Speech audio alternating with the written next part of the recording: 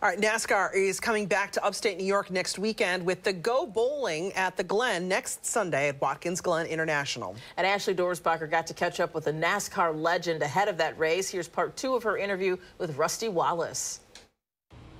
All right, so we are back out here with Rusty Wallace, Hall of Famer. You've won at Watkins Glen. You've won a couple times around the circuit. Yeah, well, thank you. Yeah, I've had a lot of victories and won 55 of them. Wow. Probably the highlight of my career, though, was getting put in the Hall of Fame back in 2013. That was a real neat deal that your peers vote you into it. But we've all had favorite tracks, and I'm at one of my favorite tracks getting ready to be, and that's Watkins Glen. I love the road race there. I've always had good luck at Watkins Glen. It's been exciting. And for whatever reason, my birthday seems like it always falls. My birthday's August 14th. The day of the race is the 5th, but they're going to miss it about a week, but we're close. But it's a good birthday present. Oh, yeah, thank you. And we got all these new drivers now, not new drivers, but new rivalries. I mean, this year, Martin Truex is getting it done on the racetrack. He won this race last year. And, oh, my gosh, Kevin Harvick, he's one of the hottest guys out there right now. And Kyle Busch, he's been real rowdy out there on the racetrack.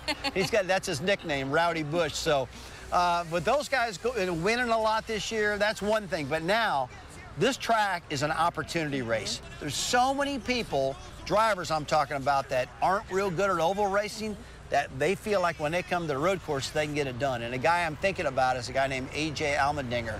A.J. is a road racing ace. He thinks he can win this thing. Do you think he can win it? I think A.J. can win this race, but they're going to have to get past guys that haven't won this year that are going to be hungry for it, like Brad Keselowski driving the 2-car, my old car. Yes. And then they're going to have to get past the red-hot Kevin Harvick, who's had a lot of momentum on his side. What do you see when you see him out there driving the number 2 car? What goes through your mind? Oh, he's doing a great job. He's won a championship in that car.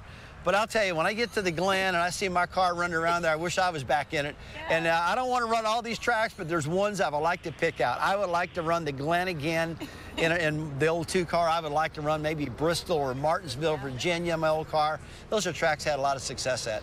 You had an awesome career. When you look back at it and you talk with folks and you tell them about the sport, what kind of things do you share with them? I just share with them how grateful I am to be able to do this. I was telling a fella earlier, I grew up in St. Louis, Missouri, and they said, "Hey, kid, what do you do for a living?" And I said, "I drive race cars," and they would snicker and laugh at me. I said, "No, what do you really do for a living?" Yeah.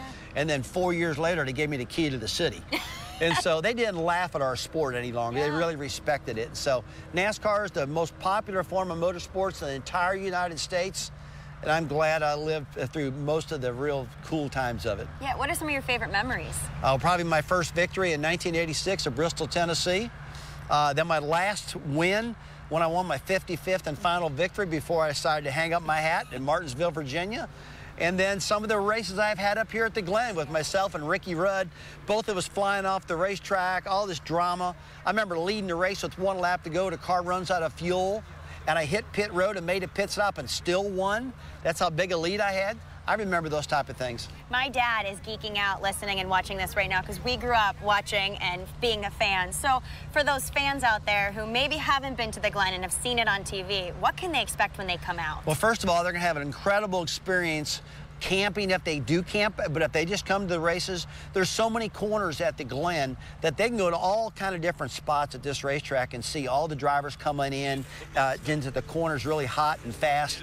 And instead of just seeing the same corner all the time, you can see all kind of stuff at the Glen. But above all, you're going to see a sold-out crowd, you're going to see massive excitement, and you're going to see a close-up experiences with the drivers. Our drivers are real fan-friendly, and they're not like somebody that you can't get around or see. They're real visible, and our sport is popular because of that. And they better get those tickets quick because the Glen sells out. I would get the tickets now because they sell out every single race, and this will sell out. So my advice to you, if you want to go to the Glen, get the tickets now. Don't mess around, and I will promise you, when you get there, you're going to come back laughing and smiling like, man, I just had a time of my life. You heard it. Rusty Wallace promises you will have the time of your life. We'll have all the information for how you can get those tickets, if they're still available, because you better get them fast, on our website. Thank you so much, Rusty. Thank you very much.